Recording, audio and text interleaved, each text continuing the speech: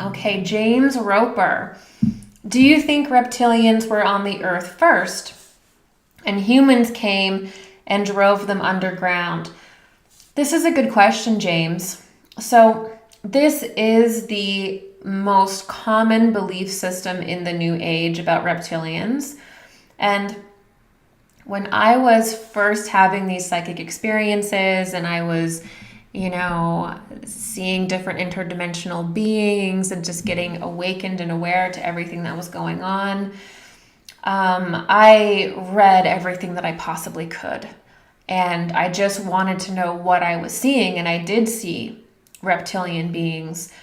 And of course, one of the first things I came across was David Icke. And I don't know if David Icke teaches this, but he was the first person to really, I think, confirm that these interdimensional beings exist.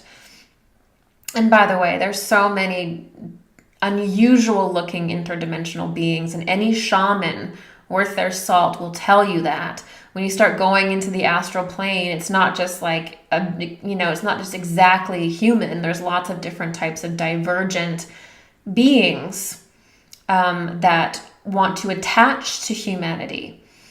And part of these divergent beings, like reptilians are a divergent being to us humans, is they want to stay parasitically attached to humanity. So what they'll do is they'll lie. One of the things that negative interdimensionals do, or interdimensionals that are fundamentally negative, which means that they have a parasitic history with humankind, and there may be positive reptilian beings, or there may be positive grays, or there may be positive versions of what we view often as negative ETs, but the negative element is extremely strong and cannot be overlooked, if you will. So one of the things that more negative interdimensionals or parasitic interdimensionals do is they lie about human origins. And the reason why they lie about human origins is because they want humanity to not understand that they're divine. They want humanity to think that they are either the owners of the planet or gods to humanity. And what this does is it actually binds the reptilians, or even especially the grays, to humanity. And humanity begins to basically believe that reptilians were on the earth first, or that grays are these amazing spiritual teachers, and that they don't have any negative history at all with humanity. They've never lived parasitically off humanity at all. And so there's always an origin myth with negative interdimensionals, where they place themselves as the original beings on the planet, or as gods that seeded the planet, or something like that. And this is because they want to bind themselves to humanity. This doesn't have an ounce of truth in it. So when I first had my experiences with interdimensionals, I believed this, mainly because I didn't have anything else to go on.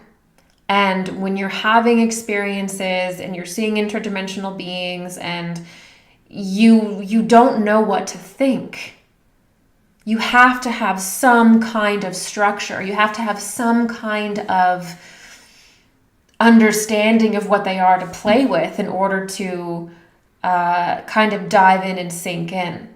And so the first beliefs that we have about negative interdimensionals, or I want to be very clear, interdimensionals that have a deep history of parasitically living off of humanity, not enlightening humanity, but parasitically living off of humanity, like reptilians have and like the grays have.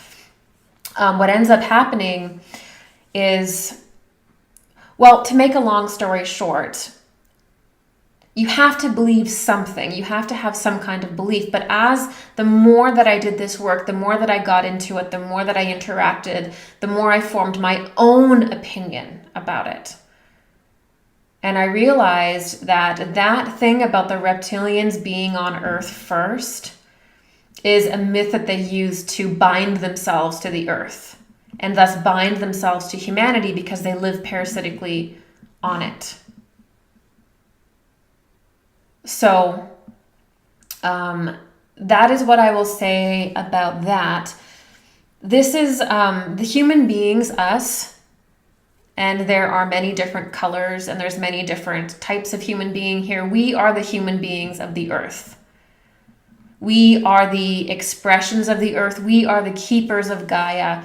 And we have been growing and evolving with Gaia over a very long period of time. And this is why we all look different, and we all are so unique, and there's so many different unique areas on the planet. You know, we've got desert, we've got boreal and tundra, we've got rainforest. We're very evolved and we're a very involved human.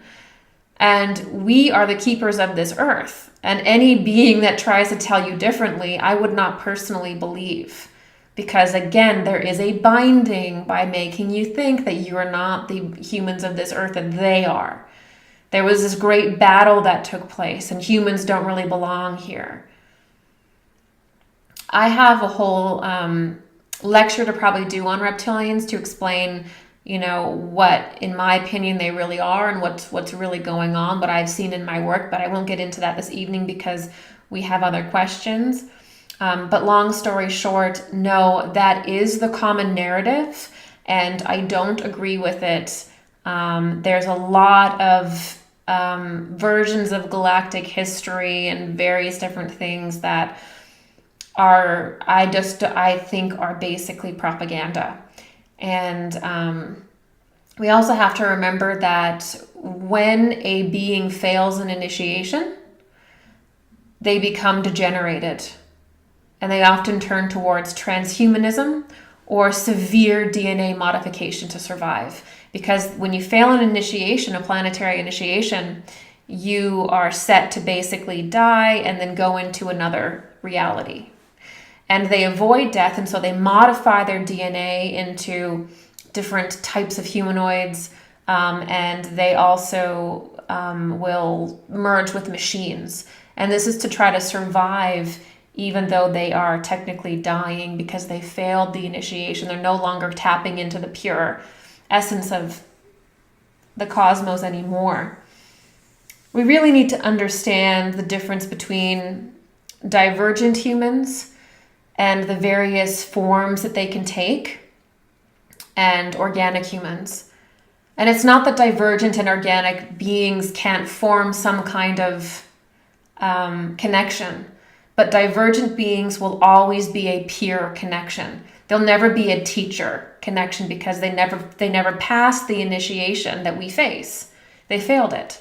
So they're actually more degenerate than us emotionally and in various different ways, but have high technology.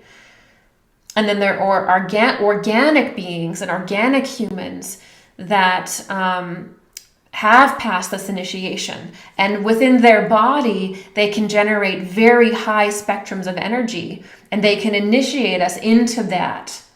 But if you haven't passed this initiation and you chose transhumanism or you deformed yourself, you can't actually generate that energy. So you can't initiate humanity. Okay? And so I have more on this in my Christ stream or my Christ Impulse video.